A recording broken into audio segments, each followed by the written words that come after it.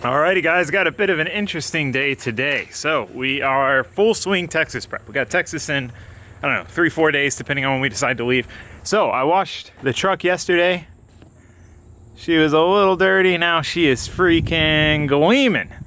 Really hyped on how it looks. So we have 6 new tires for it. You can see these have some like dry rotting and cracking on them. They're getting pretty worn down. The inside ones have really bad inside wear. Having a blowout on the way to Texas is not something I want to deal with. So we're gonna go get them replaced at the 75 Chrome shop.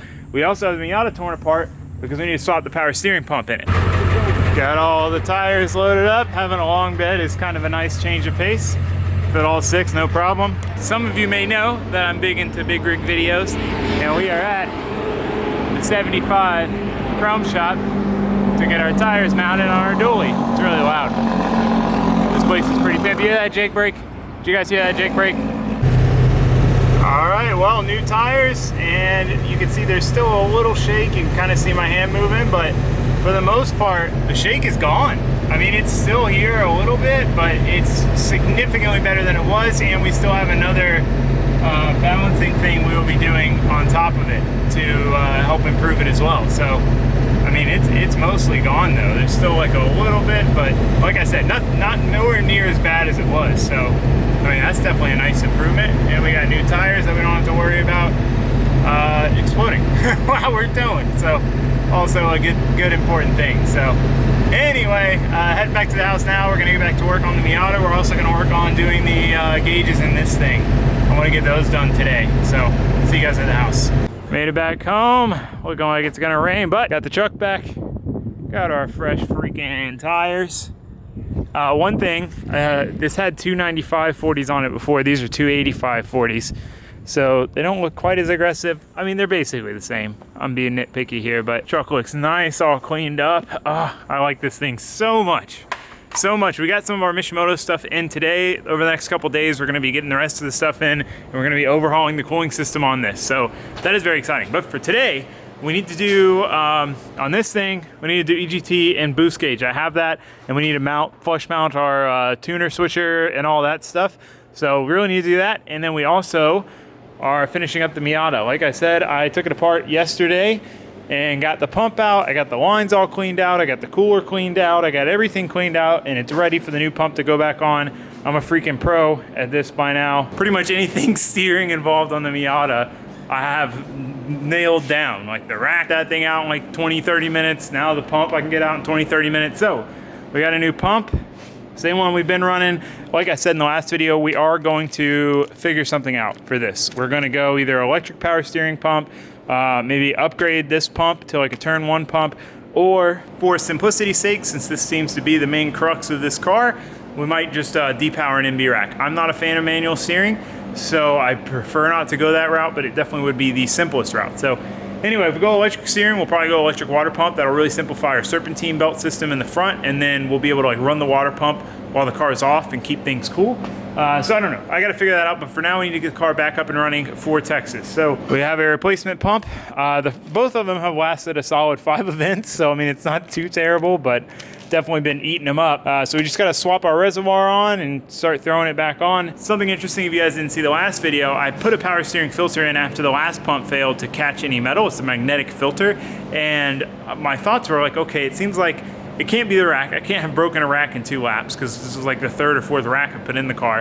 And I was thinking about it, I'm like, maybe the pump's getting weak, but then that didn't really, you know, that seemed right, but it was weird that it would work and then not work again. So we pulled the filter out because I was like, maybe that's clogged because the pump's going bad and there's metal in it and it's restricting flow. And lo and behold, it was restricting flow. So we are going to put another one in. If we end up having this issue, you know, if this starts happening, we'll just swap it out for just a barb fitting like we have in there now. But I think it's nice to have. Prevents metal from going through everything else. So we have it like before the cooler coming out of the rack. So anyway, yeah, that's pretty much it. I'm gonna start throwing this pump, getting this pump put together and put back on the car, and then we can move on to the truck.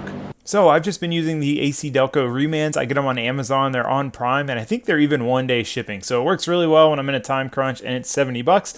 and all I got to do is swap my reservoir over. There's like these 2 clips that hold it on. It comes with a new O-ring where it goes into the pump itself. I swap my 6AN fitting over, and then we just throw the pump back on, which is super easy with these LSX Innovations brackets. I really like this bracket kit from them. So we just bolt the pump back up. We screw our 6AN high pressure line on. We put our return hose on. Once we get that on, it's just pressing the pulley back on. There's a little kit that you can rent from the auto parts store. I bought one just because I end up using it a lot apparently. But it's got the tool to take the pulley off and put it on, because this is a press fit pulley. Probably the most time consuming part, honestly, swapping this pulley on. But once we get the pulley on, it's just putting the belt back on. Our belt is getting a little stretched. It was super tight when I got it, and now it's kind of, there's only a certain point in the tensioner range where it's really tight. So we did take the cooler off, flushed it out, sprayed it out with air, made sure it was completely free of any metal, and now we got to put it back on. You just want to make sure there's no metal in the system because it will eat up your pump. So line's back on and we're about done. All right, well, we got it mostly back together. Got the cooler back in. This is my filter. Some people were asking, they're like, I've never seen a power steering filter. I really hadn't either, but I looked it up. I was gonna use just a fuel filter, but this is literally for power steering fluid. It's got like a magnetic element in it, so it picks up the metal. But this is like my return coming from the steering rack, goes through the filter, then it goes up into the top of the cooler. For whatever reason, if I run this to the bottom of the cooler, which seems logical, as soon as you turn the car off, the fluid just comes flying out of there. It just like starts overflowing back out. So if I run it into the top and then from the bottom out to the reservoir, it works fine. So anyway, that's how we have it. So it goes into the cooler, out of the cooler, up into the return reservoir, and then obviously the pump pumps it down through the rack, and then process starts over. So all we really have left to do is throw the intake back on, get the bumper back on, fill it up with fluid, bleed it, and we should be good to go. Really easy at this point. Like I said, at least the more stuff breaks on this car, the more I get used to fixing it, the faster I can get it done. It's efficient. All right, our power steering pump swap is all wrapped up. Got the front end back on, cooler, filter. So this is what we bypassed the filter with, this 3/8 barb. So I zip tied it on here so that hopefully it doesn't rattle too much. Oh, I need to see if this is leaking. I had trouble with this leaking before. Oh, it definitely is. I gotta figure this out. Okay, I need to fix that. Anyway, regardless, if we have problems with this filter, I have one in the trailer, but I'll have one right here, and I can just boom, cut the zip tie and put it on. So anyway, I never showed you the exhaust. I started to make a how to TIG weld video, which I was gonna build this exhaust in that video, but I didn't have time before the event. But anyway, we had a resonator in here before, and like 2 V-bands, so that got hit at the last event. So I got some leftover material I had, and basically just no more resonator, came down here, 90, and then this 3 to 4 inch deal, and then now we have a 4-inch exit, which looks way more at home in there. It's like the right size for the bumper cutout. I think it looks way better. We still have all the 3 hangers, so it shouldn't break off. Just hopefully we don't get run into again, and we'll be all right. So one other thing, just a little quick thought before we get back to work on, I got to do tires on the front of the Miata and some other stuff. But one other thing, a lot of people had mentioned, they're like, oh, like you probably can't tow anything with those little tires, those low pros, probably don't have the right load rating. The load rating, I don't know if you guys are gonna be able to see it, but it's 2,469 pounds. So that means with 4 tires combined, it's basically 10,000 pounds, which is far more than this truck's rated for. You know, you gotta think that's not how much trailer you're towing, it's just how much weight is on the rear axle. So with a gooseneck, you know, if you have 2,000 pounds of tongue weight, you know, there's 3,500 pounds of truck, that's 5,500 pounds. So realistically, that would be pushing 2 tires like that, but 4, double it anyway. So that's interesting. I was a little concerned about that when I bought the truck, and I was like, you know, I don't have a ton of tongue weight, it should be okay. And then I looked into it and I was like, oh, no, we're good. Show you guys, you can see, man, these Federals suck. Like I run these just because they're so cheap. I normally like to run better fronts than this, but I ran Toyo R888s, which are 100 treadwear softer. I ran those in the front, and they lasted way longer than these. These lasted 1, 2, like 3 events, 3, 4 events, and they're already, I mean, you can see how toasted they are. Granted, I had a kind of a messed up alignment for some of that, but still, I mean, they are donezo. And that's just how they do it. They just wear on the inside. And the 225s I run as rears. Like, they don't make any more grip than a 205 615K, and they don't last as long, but they are way cheaper, like 80 bucks. These are like 110 or something a tire. I was gonna try these as rears and just see how long they last and see if it's worth the extra cost to run these.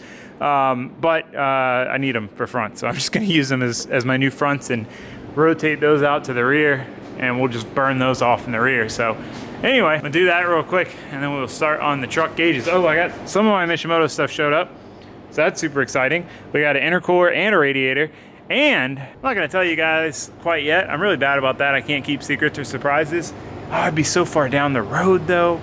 I don't know, I can't tell you. Maybe I'll tell you in another video, but I've got a big plan for this thing. Well, there's several big plans, really cool plans that you guys are gonna like, but there's one in particular that would be really cool if we go this route. So anyway, just a thought, most likely gonna happen thought. So anyway, back to work. I'm rambling because I don't feel like mountain tires. Oh, and I'm gonna switch. I have my, I don't know, I gotta find those. I'm gonna take what were my rears and use them as fronts now because that front got hit. So now we'll run that as a rear also. So anyway, let's get to work, guys. Jibber jabbering, let's get to slabbering tires on. Alrighty, new tires are on. I will say I like the tread design of the 615s a lot. I think they're a really nice, aggressive looking tire. So we'll see how these do. I'm sure they'll be fine, obviously, but I'm curious how much longer they last. In my experience, they're gonna last way longer. But anyway, hopefully it doesn't rain. Keep your fingers crossed for me. All right, so the mailman brought us another present today, our Mishimoto boot kit for the intercooler couplers for the 7.3. So we are gonna do that today, see if it increases turbo response and see if it drops boost pressure or increases boost pressure a little bit, you know, how much boost we can make and stuff. We definitely have at least one of those couplers is straight up leaking. So, you know, that'll be a nice thing to fix. And like I said, I wanna start on the gauges. So before we do that though, before we work on my own stuff, going to fix the poop cart. This is one of my girlfriend's carts. They have two of these at her house farm thing, whatever you want to call it, and both of them broke the same way. I guess I had it all set up to tack it, but I'll show you guys how it broke because it's kind of crazy. You can see the crack there, and then see, it just comes completely off. It just rips through the like the aluminum angle there. So I'm gonna weld it back and then probably add a support at least on this side. And then the other one broke both sides. So once I get this one back, I'll grab that one, and then I'll probably have to build new pieces of angle for that one and re-drill the holes for the axle. But just to knock this one out quick, get it back to her today, because I'm going over there tonight, I'm gonna weld it back up. Never taken one of these apart, never welded one or anything, but I'm sure we'll figure it out. Looks pretty simple. I think pulling the wheel off is probably gonna be the best bet so we can keep the axle in the right spot, make sure it's good, and then get her tacked up. Seems like it's binding. Okay, I'm gonna start messing with this. I'll figure it out. Alrighty, got the wheel off. There's a huge gap there I'm gonna try to clean out. Yeah, it doesn't really make sense. I need to look at the other side. But this looks like someone cut down into here. I don't know, it's weird. I'm just gonna do what I can to repair it. Alrighty, we got the cart all fixed up. So it's not very good. The gaps are really bad, and this thing's been on a farm its whole life, so you can see all the stains of it just sitting outside and getting crap all over it. So it was really tricky to weld, like really tricky, but it is welded back together. Like I said, what we're doing, I already told you guys, but our couplers are very worn out. You can see some of the oil that's come out of that one, you know, because there's oil that kind of circulates through the intake, and you can see it squeezing its way out. You can kind of see where the tear is here. I'll show you guys when we get it off, but under this clamp, it's just destroyed.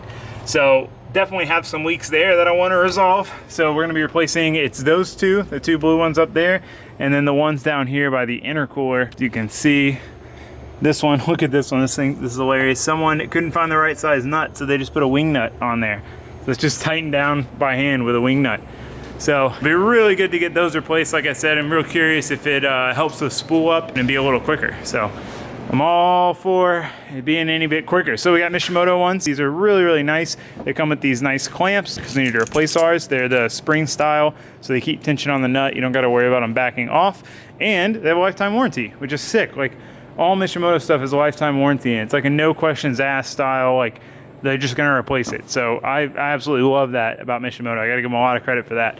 They really stand behind anything they make. So I mean, even this, like this is a wear item. This isn't, you know, this isn't something you should expect to last forever. So anyway, we obviously like Mishimoto here at Taylor Garage Fab Projects. stuff.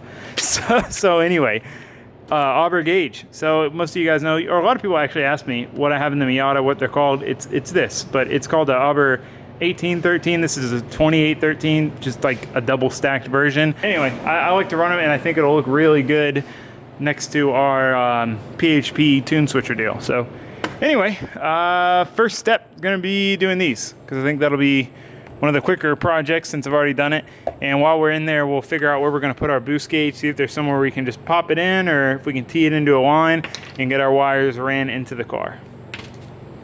So you can see what I'm talking about with this one. It's a little torn. So obviously probably not a ton of air was getting out there because it was under the clamp, but I mean, it definitely could expand and leak a bunch of air out. The rest of these look okay. It's really hard to tell. You can have a couple with a giant slit in it and just not be able to tell until it's under boost. So definitely worth replacing. These ones look a lot nicer. Nice new clamps, nice new little couplers. Looks way better, way better. We still need to replace the two orange ones down there that go into the intake plenums, but that is a project for another day. Now I'm gonna work on getting this boost gauge in here. I need to find a T. I should have one somewhere, I hope. But I just need to find a T and tee it into the line going to the map sensor. So anyway, I'm gonna start digging around for a T. Well, unfortunately, this is the only T I could find, and it's tiny.